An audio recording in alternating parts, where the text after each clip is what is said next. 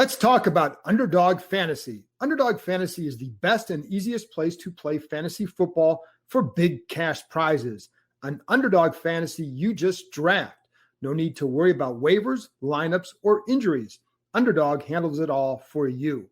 Go to UnderdogFantasy.com or download the app, draft a season-long best ball team, and that's it.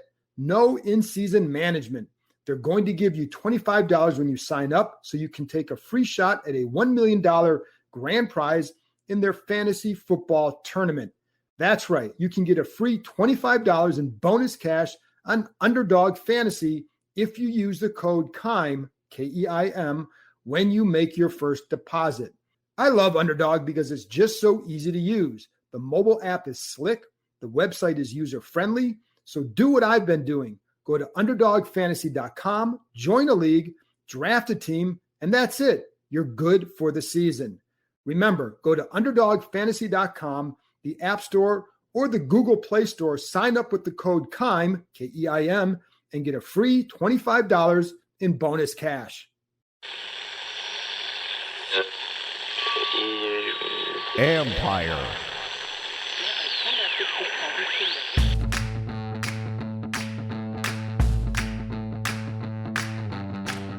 Hello and welcome to my podcast. Today, a wrap-up of the first practice back in Ashburn, so it's the fifth practice overall.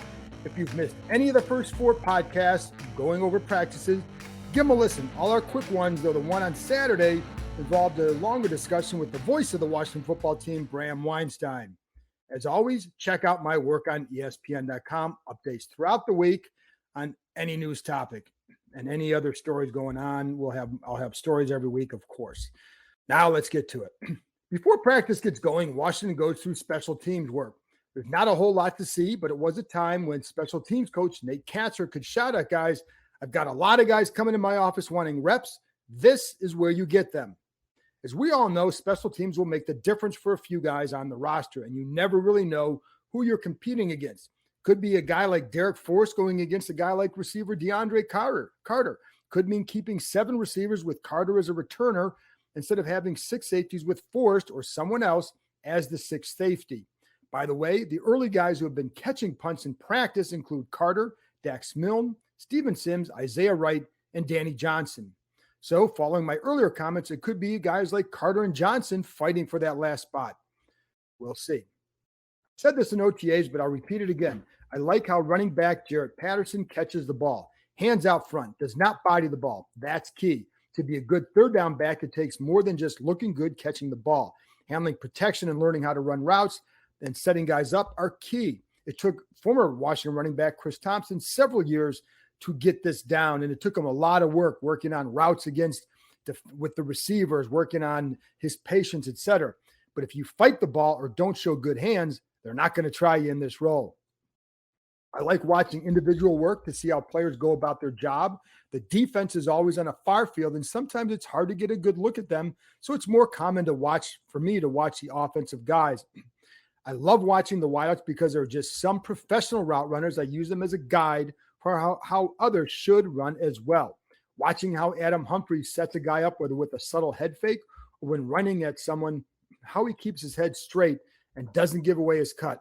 He holds his head straight longer than others. And by longer, it could be a half second or so. It's a long time on the route.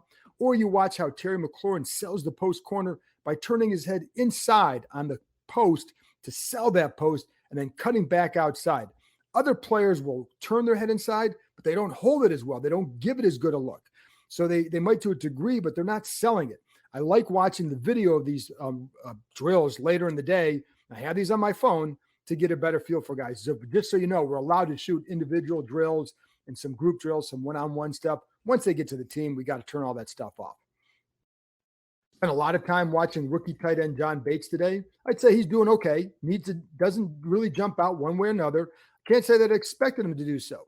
He had one good block today on rookie William Bradley King, prompting Logan Thomas to shout out, "Hell yeah, John." And there's a play where he's on the outside. He was able to keep his feet, keep his hands in front of him, slide with him a little bit, and basically moved him out of the way. The play went to the other side. It was a good job by Bates. There are other times he failed to sustain a block, whether because he lost or just because he slipped. One time he's kind of coming through the line as a move tight end, lunged a little bit, lost his footing, and Pete Hainer yelled at him to keep his feet.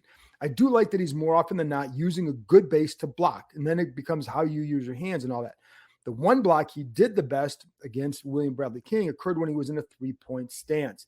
The other ones were mostly as a move tight end. So you're learning how to do something different because he did a lot on the line in college. There was another time when Bates ran at linebacker Kaliki Hudson, basically impacted his ability to get out to the flat to cover running back who caught the ball. It was not a pick. It was an effective route. Hey folks, would you like free tickets for the preseason game against the Baltimore Ravens? Well, you're in luck because our sponsor, Prosper Insurance, is giving a ticket to anyone who gets a home and auto quote with them. You don't even have to buy a policy to get the free ticket, although the savings will absolutely make you want to switch today. Finding the right insurance can be a pain, but Prosper makes the process easy, all while providing great service and advice. Their licensed advisors shop the market with top companies like Allstate, Nationwide, Progressive, Travelers, and more to find you the perfect coverage at a great rate, which is just a few of the many reasons why Prosper has over 1,000 five-star reviews on Google. You have nothing to lose. Simply visit prosper.insurance/KEIM to get your quote and a free ticket to the Baltimore preseason game on August 28th. That's prosper.insurance/KEIM, KEIM, no.com. Get ready to feel good about your insurance. I also like watching tight end coach Pete Hainer work with his group before practice. I posted some video on Instagram showing how much a stickler he is for details with the tight ends and their feet, for example, on blocks. Now, any position coach should be this way, but he most definitely lets his guys know, and he'll make them do it again and again. One time it was a matter of, I can't remember which play, it was a matter of 6 or 10 inches on a first step on a pulling action. But if you're stepping forward versus stepping lateral back a little, makes a big difference with your angle when you arrive at the block. One guy who jumped out to me, and not just because of his mullet, linebacker Cole Holcomb. I noticed last week that he appeared to be better in coverage. There was one play in particular in which J.D. McKissick threw a double move at him. He didn't bite. Now, McKissick got downfield, and actually Holcomb was right there, but McKissick made a terrific leaping catch where Holcomb thought he was going to pick the ball off. I've seen that coverage skill, those coverage skills continue through today. Holcomb's eyes are in a much better place, much more disciplined. He was inconsistent in coverage his first 2 seasons, in part because his eyes were so inconsistent. It takes a lot more than speed to be good in coverage. Now, not getting fooled by play action or double moves or plays where you're going one way, the ball's going one way, eyes going, or the offense shifting one way, plays going the other. More often than not, he's been right there with guys. File this away to see if it continues. But through August 2nd, he's been better. Today, there was one route in which McKissick, out of a stack formation, ran like a slant/crosser. Tough play for Holcomb because he was lined wide, had to get through traffic, but he took the good angle, played it well, took the good angle, drove to the outside shoulder of McKissick.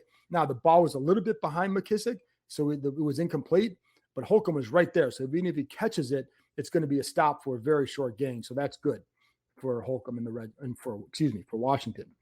Antonio Gandy Golden said he feels 100 times better than a year ago.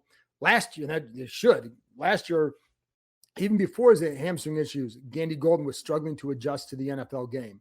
Just when he started to get there in camp, he got hurt, and then he got hurt again during the season. He's looked better this camp than he did a year ago, but in all honesty, the bar was low. I don't remember him making a single play last summer other than one block that stood out. He's made a handful of plays this camp. Now, not always against top corners, a lot of times against lower corners, but he's at least making them now. And he made 2 of those today, catching a couple 50-50 balls. He's a bigger body, who was a 4th-round pick by this staff. And those are all important things to know. I know the ones who pushed for him hard in the draft are still here, including offensive coordinator Scott Turner. Again, key point. He likes big targets in this offense. And even though they have Cam Sims, you need another one. And that could be Gandy Golden. What I want to see is how he fares in press coverage against good corners. I'd say he's been really inconsistent here. There were 2 plays in which he faced Troy Apke, who's converting from safety and is struggling with sometimes that press coverage. Apke, again, struggled with his jams.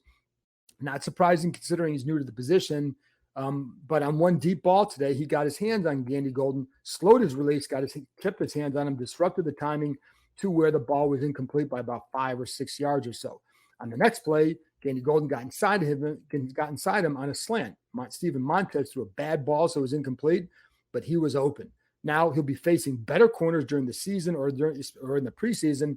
This remains an issue he needs to work on to show that he can get open there. I like one route that Dax Milne ran, a little corner versus a little crosser versus zone. What I liked is the awareness showed on the play. He saw how the defense was flowing, so he sat down in an open area, he cut off the route, and it worked as Steven Montez found him. Rookie tackle Sam Cosmi is getting quite a workout from Montez Sweat in training camp. Chase Young sometimes going against him.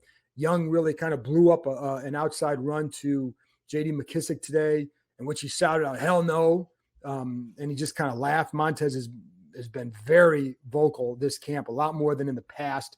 He's clearly finding a comfort level and having some fun. Now, I will say they burned him on a screen to his side, so he's got to start playing with some of that awareness because they got them later on that where he rushed upfield and McKissick slid behind him on a screen. And that's something that Chase Young does really well, plays with great awareness. That's where Montez needs to get to. But I will say with Cosmi, these guys are going to force him to play with better technique. Being a good athlete will only take you so far. If you don't improve your technique, you're only going to be a certain level of a player. He's not a good enough athlete to compensate for that at that position.